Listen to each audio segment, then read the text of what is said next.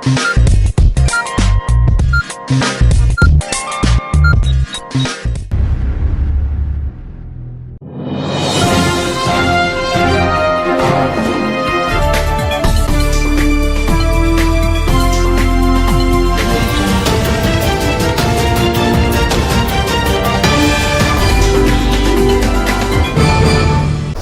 देख रहे हैं एडियन उर्दू न्यूज़ और मैं हूं आपके साथ Sheikh Zubair.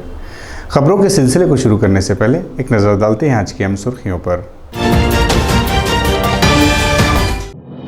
Aurangabad government medical college and hospital के विजिटर बोर्ड का हुआ ऐलान। Member assembly Pradeep Jaiswal chairman और सतीश चौहान, मेराज इसाक पटेल, मोहसिन अहमद और इकबाल सिंह गिल समेत 11 मेंबर नामजद।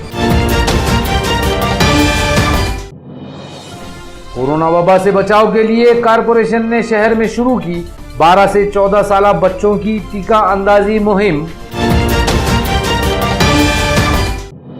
हिजाब के मामले पर सियासत की कांग्रेस ने की सख्त मजम्मत।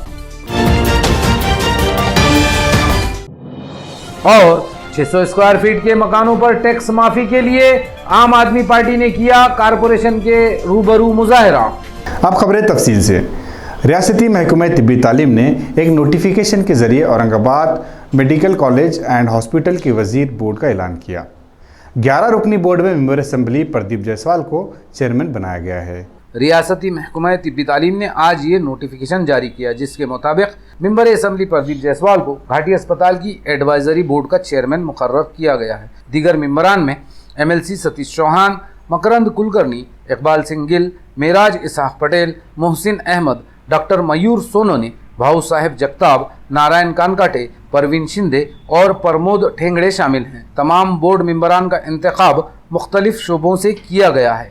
कोरोना वबा से बचाव के लिए टीका अंदाजी मुहिम का चौथा मरहला आज से शुरू हुआ। इस मरहले में 12 से 14 साल के बच्चों को टीके लगाए जाएंगे। म्यूनसिपल कमिश्नर ने चौथे मरहले के इफ्तिताह पर शहरियान से अपील की कि वबा की चौथी लहर से हिफाजत के लिए टीके लगवाकर मुहिम को कामयाब करें। कारपोरेशन के मयूरबन कॉलोनी में वाक़ प्रियदर्शनी म्यूनसिपल स्कूल में टीका अंदाजी मुहिम के चौथे मरहले का इफ्तिताह म्यूनसिपल कमिश्नर आस्तिक कुमार पांडे के हाथों अमल में आया। चौथे मरहले में कारपोरेशन की जानिब से 12 से 14 साल की उम्र के बच्चों को टीके लगाए जाएंगे। मुहिम के इफ्तिताह के मौके पर deputy municipal commissioner Aparna Thete, doctor Santosh Tengde, health officer doctor Paras Mandlecha, education officer Ramnath Thore, cultural officer Sanjeev सोनार और तेजस्विनी देसले वगैरह मौजूद थे। इससे पहले हुकूमत व इंतजामिया ने 15 से 18 साल के बच्चों को टीके लगाने की मुहिम चलाई थी। अब 12 से 14 साल के बच्चों को भी टीके लगाने की शुरुआत हो चुकी है। बचाव करण्यासाठी वॅक्सिनेशनची सुरुवात करण्यात आलेली आहे। जवळपास मोर दॅन 50,000 12 से 14 वयोगटामध्ये मुली आपल्या शहरामध्ये आहेत। आता औरंगाबाद महानगरपालिकेचं नियोजन असं आहे की आपण शाळेवाईज कॅम्प लावणार आहे आणि प्रत्येक एज्युकेशनल इन्स्टिट्यूटमध्ये औरंगाबाद महानगरपालिकाची टीम जाऊन आणि तिथे मुलींचं वॅक्सिनेशन करणार आहे। यासोबत आमचे जे नॉर्मल वॅक्सिनेशन सेंटर आहे तिथे पण 12 ते 14 वयोगटचे जे मुली आहेत ते येऊन पालकसोबत आणि वॅक्सिनेशन घेऊ शकत आहेत।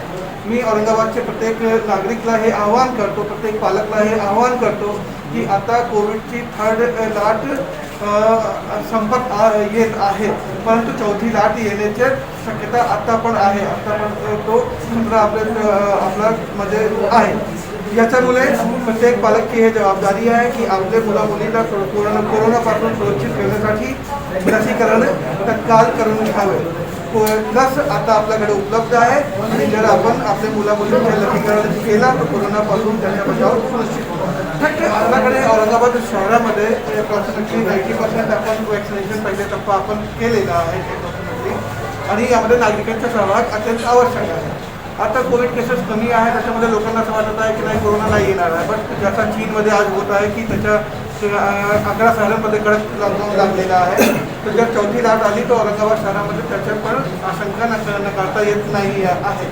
त्याच्यामुळे प्रत्येक नागरिकची जवाबदारी है कि समोर येऊन तत्काल लसीकरण करूँ। हिजाब के मामले पर अपना मौक़िफ़ पेश करते हुए कांग्रेस के ज़िला मुबस्सिर एडवोकेट मुजाहिद खान ने कहा कि हिजाब के मामला ज़ाती नोयत का है, लेकिन कुछ सियासी जमातें इंतखाब के मौके पर ऐसे मामलों को उछाल कर अपना मफाद हासिल कर रही है। जो हिजाब का जो मामला है ये बहुत ही पर्सनल चीज़ है और इसमें बीइंग अ लॉयर दरअसल किसी ने दाढ़ी रखना कि नहीं रखना, किसी ने फेटा बांधना कि नहीं बांधना और किसी ने हिजाब पहनना कि नहीं पहनना, यह पर्सनल मामला है। ये किसी कानून के तहत दायरे में नहीं आना चाहिए, ऐसी मेरी पर्सनल राय है जी। कांग्रेस पार्टी हमारी ऑल इंडिया कांग्रेस कमेटी इस पर अपना, क्योंकि ये सारे जो मुद्दे हैं ये देश में गुमराह करने और भटकाने के लिए उपस्थित किए जा रहे हैं। ऐसे बहुत से मुद्दे हैं इस मुल्क के अंदर में जिस पर बहुत अच्छे से काम किया जा सकता है, लेकिन हिजाब का मामला ये बहुत पर्सनल है। अब दरअसल मुस्लिम बच्चियाँ और औरतें हिजाब पहनती हैं, दरअसल दूसरे एमपी में, राजस्थान में, गुजरात के अंदर में, तो वहाँ की जो महिलाएं हमारी बहनें हैं वो तो घरों में भी घूंघट लेके रहती है, तो क्या उनको हम मना करेंगे? क्या कोर्ट उनको मना करेगा? महाराष्ट्र एक सुसंस्कृत स्टेट है, यहाँ पर इन सब किसी भी पार्टी का कोई वो क्यों ना हो, वो ये बहुत सुसंस्कृत स्टेट है। दरअसल ये सारा हिजाब जो मुद्दा जो है, ये सारे जो मामला आ रहे हैं, ये आजकल इलेक्शन बीजेपी इसी मुद्दों पर लड़ रही है। इनके पास ये सारे लेवल पे फेल हो चुके हैं। इन्होंने इनका विकास का मामला, नौकरियों का मामला, 15 लाख का मामला, नोटबंदी का मामला सब फेल हो चुका है। अब इनके पास कोई मुद्दा बचा नहीं है, इसलिए ये इस छोटे छोटे मामला जो पर्सनल ज़िंदगी से जुड़े हुए लोग हैं, अब किसी लड़की या किसी महिला बहन को हम क्या पहने और क्या ना पहनेंगे हम डिसाइड करेंगे या कोर्ट डिसाइड करेगा? ये उसकी अपनी पर्सनल राइट है जो संविधान ने हमको दिया है, उसके हिसाब से वो काम करेंगे। हिजाब के मुद्दे पर हमारी पार्टी का हमेशा से ये स्टैंड रहा है कि ये देश संविधान से चलता है और हमारा संविधान हर व्यक्ति को अपने हिसाब से जीवन जीने का और वस्त्र धारण करने का अधिकार देता है। और कर्नाटक हाई कोर्ट ने जितना हमने पढ़ा है मीडिया में, उसमें ये कहा है कि हिजाब ये इस्लामिक धर्म की मूल प्रथा का हिस्सा नहीं है। तो उनकी समझ के ऊपर हमको बड़ी हैरत हो रही है, क्योंकि कुरान शरीफ में जितना हम समझते हैं एक मुसलमान के तौर पे, हमने पढ़ा है कि औरतों को सीधा सीधा ये हुक्म दिया है कि जब आप जाएं तो अपने ऊपर एक चादर डाल लें ताकि किसी की बुरी निगाह आप पे ना पड़े। जब अल्लाह ये फरमान कुरान शरीफ में देता है हमको, तो उसके अंदर कर्नाटक हाई कोर्ट इसका दूसरा इंटरप्रिटेशन कैसे कर सकता है? मुझे लगता है कि बीजेपी का जो एजेंडा है इस देश को हिंदू राष्ट्र की तरफ ले जाने के लिए, वो एजेंडे को कहीं ना कहीं कोर्ट एंडोर्स कर रहा है। ये बहुत दुर्भाग्य की बात है कि कोर्ट जो है हमारे पास के, वो किसी पार्टी की जीत या हार के हिसाब से फैसले देने लगे हैं। औरंगाबाद शहर व रियासत में कांग्रेस के लिए माहौल साजगार है, इसलिए कांग्रेस के कारकुनान डिजिटल मेंबर ड्राइव को पूरी ताकत से चलाएं और ज़्यादा से ज़्यादा मेंबर बनाएं। कांग्रेस के ज़िला मुबस्सिर एडवोकेट मुजाहिद खान ने अपील की। औरंगाबाद शहर व जिला कांग्रेस कमेटी की जानिब से आज गांधी भवन में यूथ कांग्रेस के नौमुंतखबा ओहदेदारों का इस्तकबाल पार्टी के ज़िला मुबस्सिर मुजाहिद खान, शहर सदर हिशाम उस्मानी वगैरह के हाथों किया गया। इस तकरीब में कांग्रेस की डिजिटल मेंबर शादी ड्राइव का जायज़ा लिया गया। तकरीब में मोहसिन अहमद, सैयद हमीद, इकबाल सिंह गिल, अंजलि वारजे पाटिल, हाजी ईसा कुरैशी, जमील अहमद, गुलाब पटेल, अरुण सिरसाट, संतोष भिंगारे, खैसर खान, नदीम सौदागर, शफीक शाह, शेख मिनहाजुद्दीन, मुदस्सिर अंसारी और मसरूर अहमद वगैरह मौजूद थे।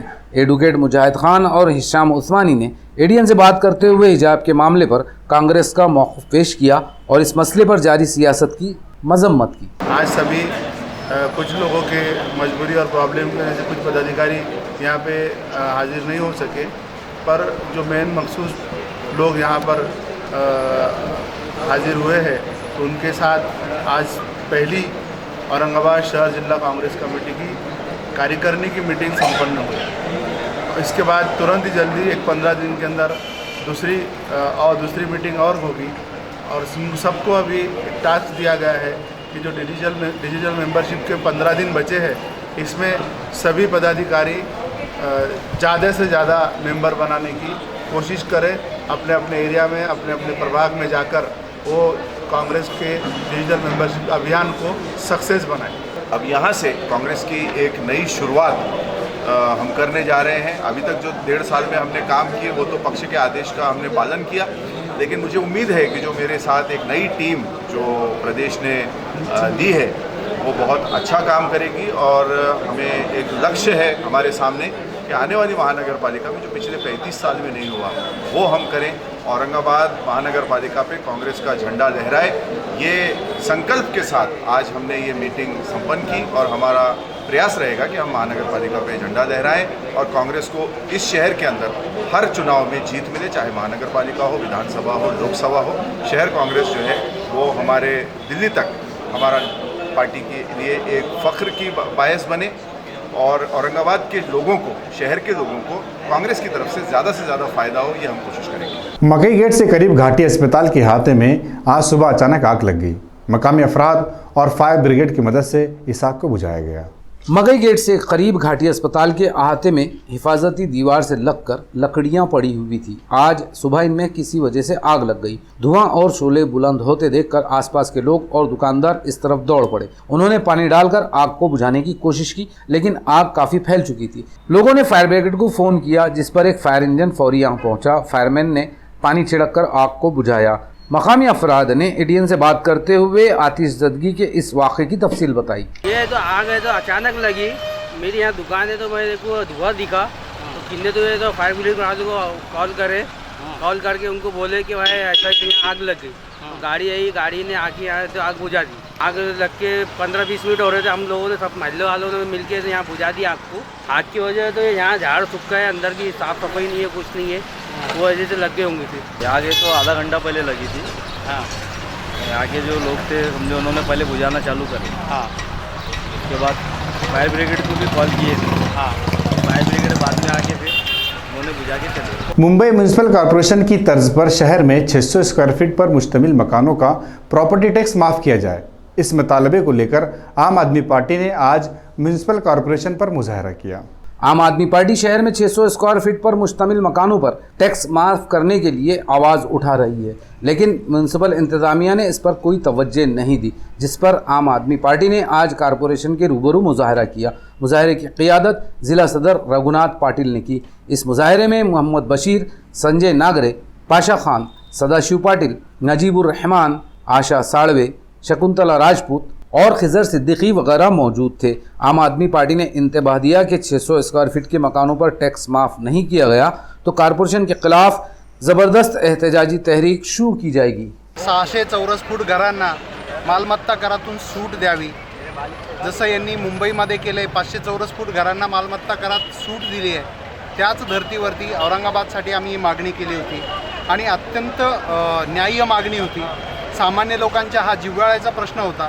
त्या धर्तीवरती यांनी त्याच न्यायाने, म्हणजे घटनेमधील जे आपलं तत्व आहे इक्वॅलिटी, समानता, तर त्या याचा आदर राखत या लोकांनी खरं तर औरंगाबादसाठी पूर्वीच हा निर्णय घ्यायला पाहिजे होता, पण तरी त्यांच्या ते लक्षात आलेलं नाही। म्हणजे असं प्रशासन कसं की ज्या अधिकाऱ्यांनी IAS केलं, त्यांचा घटनेचाही अभ्यास असतो, सगळं असतं, तर या लोकांनी आत्तापर्यंत प्रस्ताव सादर करायला पाहिजे होता। त्याच्या काय सकारात्मक नकारात्मक बाबी असतील त्या सगळ्या यांनी मांडायला पाहिजे होत्या, पण प्रशासनाला सामान्य जनतेच्या प्रश्नाशी काही घेणं देणं नाही आहे। हे फक्त काय करतात, नेत्यांच्या स्थानिक किंवा वरिष्ठ कोणत्या तरी नेत्यांच्या पुढे लांगून चालन करायचं आणि त्यांची नावं द्यायची, इकडे खाम नदी, इकडे तिकडे द्यायची।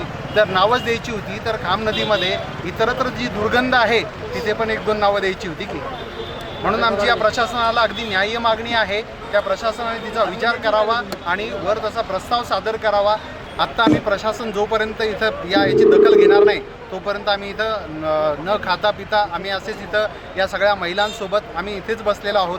सामान्य महिला, गरीब घरातल्या महिला आणि कितीतरी सामान्य नागरिक आमच्यासोबत सामील झालेले आहेत, तर त्या लोकांच्या प्रश्नाची जाणीव प्रशासनाला व्हावी आणि त्यांनी सकारात्मक प्रतिसाद द्यावा अशी आमची इच्छा आहे। स्कूडा और डीमार्ट के ताउन से कॉरपोरेशन के प्रियदर्शनी स्कूल में कायम की गई साइंस लैब, कंप्यूटर लैब और लाइब्रेरी का इफ्तिताह आज म्यूनिसिपल कमिश्नर आस्तिक कुमार पांडे के हाथों अमल में आया। स्कूडा कंपनी और डीमार्ट ने CSR फंड से प्रियदर्शनी स्कूल में साइंस लैब, कंप्यूटर लैब और लाइब्रेरी कायम की है, जिसका आज म्यूनिसिपल कमिश्नर ने इफ्तिताह किया। इस मौके पर उन्होंने स्कूडा कंपनी और डीमार्ट के ताउन का शुक्रिया अदा किया। म्यूनिसिपल कमिश्नर ने साइंस लेबोरेटरी, कंप्यूटर लैब और लाइब्रेरी में तलबा की कारकर्दगी का बजात खुद मुआयना किया और तलबा की सलाहियतों की सताइश की। प्रोग्राम में स्कूडा कंपनी के उमराव, प्रकाश तायड़े, वैद्य जागीरदार, डीमार्ट के ओंकार कुलकर्णी और वैशाली मस्के के अलावा कॉरपोरेशन के आला अफसरान व स्कूल का अमला मौजूद था।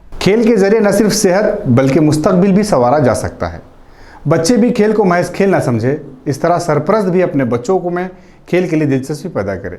एडीएन से मुलाकात में डिस्ट्रिक्ट स्पोर्ट्स ऑफिसर कविता नाविंदे ने अपील की। युवकांनी व प्रत्येक नागरिकांनी जास्तीत जास्त क्रीडाकडे वळले पाहिजे।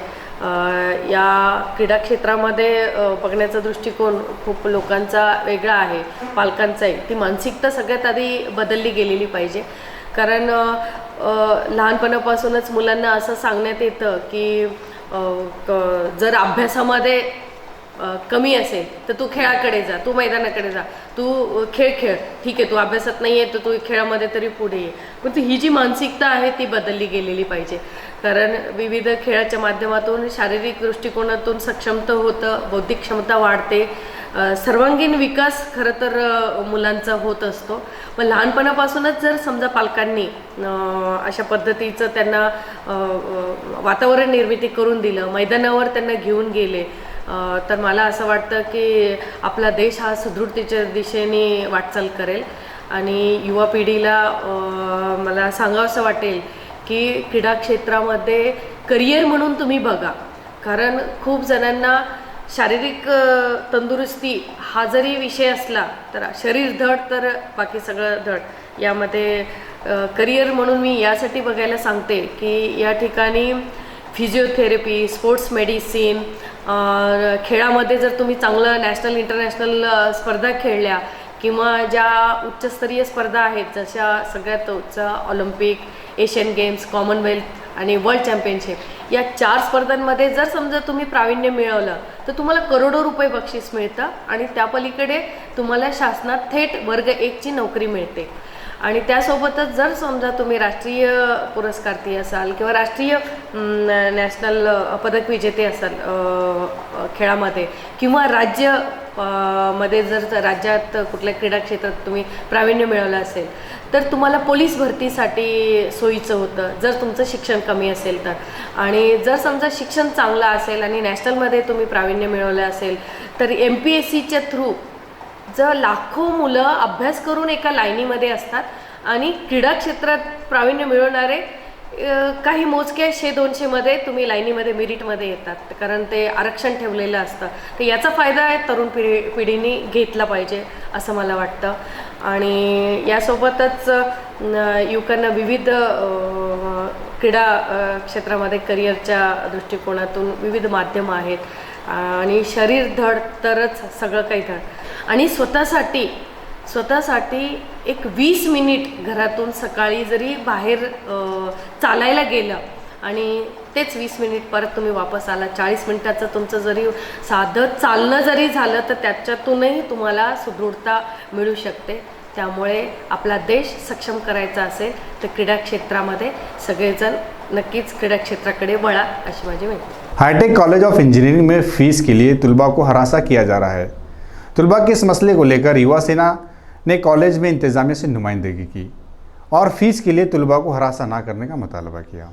सनती इलाके वालूज में वाक़ हाईटेक कॉलेज ऑफ इंजीनियरिंग में फ़ीस के लिए तलबा को मुसलसिल हरासा किया जा रहा था और इनके साथ नारवा सलूक किया जा रहा था, जिससे तंग आए हुए तलबा ने युवा सेना के सामने अपना मसला पेश किया। युवा सेना के ओहदेदारों ने कॉलेज इंतज़ामिया से नुमाइंदगी की।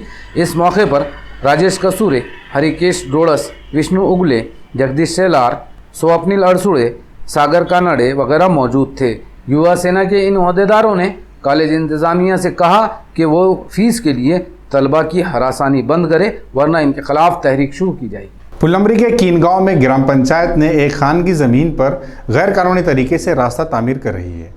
यहाँ के साकिनीन ने इस काम को फौरी रोकने का मुतालबा किया।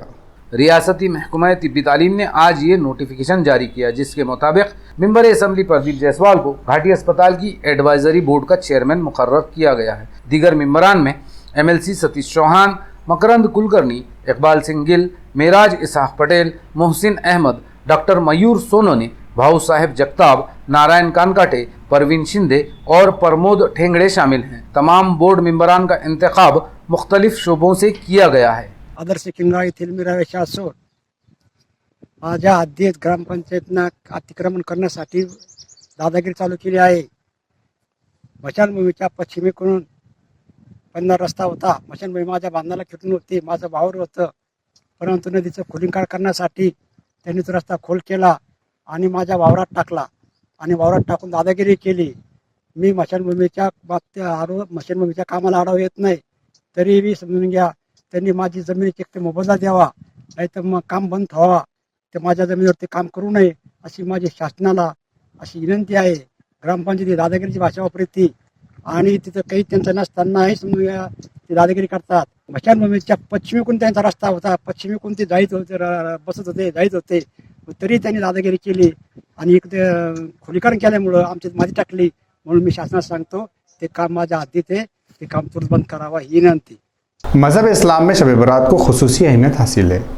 इसकी फजीलत और अहमियत पर हमारे एडिटर मोहम्मद एजाज ने मुफ्ती इमरान नदवी से खुसूसी मुलाकात की। देखिए शब बरात पर एडीएन की खुसूसी पेशकश। आदाब अर्ज़ नाज़रीन, एडीएन उर्दू न्यूज़ के स्टूडियो में आपका इस्तकबाल है। आज हम यहाँ इस्लाम के एक अहम तरीन मौजू और एक अहम जो रात आती है शब बरात, इसके ज़िमन में बात करने के लिए यहाँ पर स्टूडियो में हमारे साथ इस मौजू पर बात करने के लिए मुफ्ती सैयद इमरान नदवी मौजूद हैं, जो मस्जिद अबू बकर टाकलकर सोसाइटी मदनी कॉलोनी के इमाम व खतीब हैं। मुफ्ती साहब, एडीएन उर्दू न्यूज़ के स्टूडियो में आपका इस्तकबाल है। तो मौलाना, सबसे पहले मैं शब बरात के ताल्लुक़ से इस्लाम में इसकी जो फजीलत आई है, इसकी जो अहमियत आई है, उसके बारे में आपसे तो क्या फजीलत और क्या अहमियत है इस्लाम में शब बरात? अस्सलामु अलैकुम वरहमतुल्लाहि वबरकातुहू। मुअज़्ज़ज़ नाज़रीन किराम, अल्लाह ताला ने इस्लाम को तमाम दुनिया जहाँ के इंसानों के लिए एक बेहतरीन मज़हब बनाया और हर मौके पर अल्लाह ताला ने कदम ब कदम हमारी रहनुमाई की, हमारी गाइडिंग फरमाई। लिहाजा शब बरात से मुताल्लिक़ भी अल्लाह ताला ने हमारी रहबरी फरमाई कि अपने पाक कलाम में अल्लाह ताला ने इस रात की फ़जीलत को बयान फरमाया, क्योंकि हम जो चीज़ भी, जो अमल भी करें उसको कुरान के मुताबिक या हदीस रसूल के मुताबिक या सहाबा कराम की ज़िंदगी और लाइफ के मुताबिक करेंगे। अगर इन तीनों में कोई चीज़ मौजूद है तो वो हमारी ज़िंदगी का अमल बने, और अगर नहीं है तो वो हमारी ज़िंदगी का हिस्सा और अमल न बने। इस बात की हमें कोशिश करनी चाहिए। अल्लाह ताला ने सूरह दुखान के अंदर इस रात के बारे में फरमाया, अऊज़ु बिल्लाहि मिनश शैतानिर रजीम, बिस्मिल्लाहिर रहमानिर रहीम, इन्ना अंज़लनाहु फ़ी लैलतिन मुबारकतिन इन्ना कुन्ना मुंज़िरीन फ़ीहा युफ़रक़ु कुल्लु अम्रिन हकीम अम्रम मिन इंदिना। इस रात को अल्लाह ताला ने बाबरकत रात फरमाया। दूसरे, इस रात में अल्लाह ताला एक साल के पूरे मामलात फ़रिश्तों के हवाले और उनके ज़िम्मे और उनके सिपुर्द कर देते हैं, इसको बयान फरमाया। और तीसरा ये कि अल्लाह ताला ने इस रात को रहमत वाली रात फरमाया, रहमतम मिन इंदिना, कि इस रात में रहमतें उतरती है। हदीस पाक के अंदर भी अल्लाह के नबी अलैहिस्सलातु वस्सलाम ने इस रात के बारे में फरमाया, और तकरीबन 17 सहाबा किराम से शब बरात की फ़जीलत साबित है। तकरीबन 17 सहाबा किराम से रिवायात साबित है। हाँ, उसमें कुछ अहादीस है जो कमज़ोर है, ज़ईफ़ है, लेकिन ऐसा भी नहीं है कि बिल्कुल इफ़रात और तफरीद कर दी जाए, गुलू कर दिया जाए और सिरे से इस शब का इनकार कर दिया जाए, बल्कि इस रात की फ़जीलत कुरान और हदीस में मौजूद है। अल्लाह के नबी अलैहिस्सलातु वस्सलाम ने इस रात के बारे में फ़रमाया कि अल्लाह ताला इस शब में निस्फ़ शाबान की रात में आसमान दुनिया पर तशरीफ़ लाते हैं और फरमाते हैं, हल मिन मुस्तग़फ़िरिन, है कोई मग़फ़िरत तलब करने वाला कि मैं उसकी मग़फ़िरत करूँ? है कोई मुसीबत में मुब्तला शख्स कि मैं उसकी मुसीबत को दूर करूँ? लिहाजा अल्लाह के नबी अलैहिस्सलातु वस्सलाम ने ये फ़जीलत फरमाई। और एक हदीस पाक में अम्मा जान आयशा रज़ियल्लाहु ताला अन्हा फरमाती हैं कि मैं एक रात को मैंने देखा कि अल्लाह के नबी अलैहिस्सलातु वस्सलाम मेरे बिस्तर पर मौजूद नहीं हैं, तो मैं आपको तलाश करने के लिए निकली तो देखा कि आप जन्नतुल बक़ी में तशरीफ़ फरमाए। तो अल्लाह के नबी अलैहिस्सलातु वस्सलाम इस शब में रात में कब्रिस्तान तशरीफ़ ले जाया करते थे और इस रात में इबादत भी फरमाते थे। जी मौलाना, माशाल्लाह बहुत बड़ी बात बताई आपने कि अल्लाह ताला ख़ुद पहले आसमान पर आते हैं और बंदों से आवाज़ लगाते हैं कि کیا مانگو کیا چاہتے ہو، تو یہ تو بہت بڑی بات ہے۔ تو مولانا اس رات میں اکثر جو عام طور پہ ہمارے اسلام میں یا مسلمانوں میں جو روایتیں پڑھ چکی ہیں یا جو روایتیں چل رہی ہیں کہ جاگنے کی راتوں کو عموماً جاگنے کی رات کہا جاتا ہے، اور اس میں بہت سارے عبادات وغیرہ کے بھی اہتمام ہوتے ہیں، لیکن کچھ جو ہے تو اس میں لغویات بھی شامل ہیں، کچھ نئے نئے طریقے وغیرہ۔ تو اس رات میں عبادت، جیسے اللہ تعالیٰ اتنا بڑا اور جو ہے تو انسانوں کے لیے اعزاز ہے کہ اللہ خود آواز لگا رہا ہے، تو اس رات میں عبادت کیسی کرنی چاہیے؟ کیا عبادت ایسے مخصوص ہیں؟ جیسے آپ نے فرمایا کہ آپ صلی اللہ علیہ وسلم قبرستان جایا کرتے تھے، تو قبرستان میں جانے کے بعد ان کا عمل کیا ہوتا تھا؟ اور دوسری بات یہ کہ اس رات میں کیا عبادتیں مخصوص ہیں جو کرنا چاہیے، کرنے سے اس کا اجر ملے گا؟ اس رات کے متعلق پہلے ہم دو چیزیں سمجھ لیں۔ ایک چیز یہ کہ اسلام میں جس چیز کو جتنا بیان کیا گیا اس کو اسی قدر اہمیت دینی چاہیے، اور دوسرا یہ کہ کسی چیز کی فضیلت کو ثابت کرنے کے لیے ہم کو ضرورت نہیں ہے کہ ہم کھینچتان کے کہیں سے فضیلتیں ثابت کریں، یا ایسی چیز جس کو اسلام نے اللہ کے نبی علیہ الصلوۃ والسلام نے بیان نہیں فرمایا اس کو ہم اپنی طرف سے داخل کر دیں، کیونکہ یہی بدعت ہے۔ اس رات میں کوئی خاص مخصوص عبادتیں اور کوئی خاص اعمال نہیں ہیں۔ ہاں البتہ تین عبادتیں ہم کو قرآن و حدیث میں نظر آتی ہے۔ سب سے پہلی یہ کہ اللہ کے نبی علیہ الصلوۃ والسلام نے اس رات کو مغفرت کی رات فرمایا، کہ اللہ تعالیٰ مغفرت فرماتے ہیں۔ ایک قبیلہ ہے قبیلے بنو کلب، تو اس کے لوگوں کی بکریوں کے بال کے برابر اللہ مغفرت فرماتے۔ تو گویا کہ اس رات میں ہم کو استغفار، توبہ، نماز اور دعائیں وغیرہ، اپنے مرحومین کو کے ایصال ثواب کے لیے تلاوت قرآن، یہ کام کرنے چاہیے۔ ایک عمل۔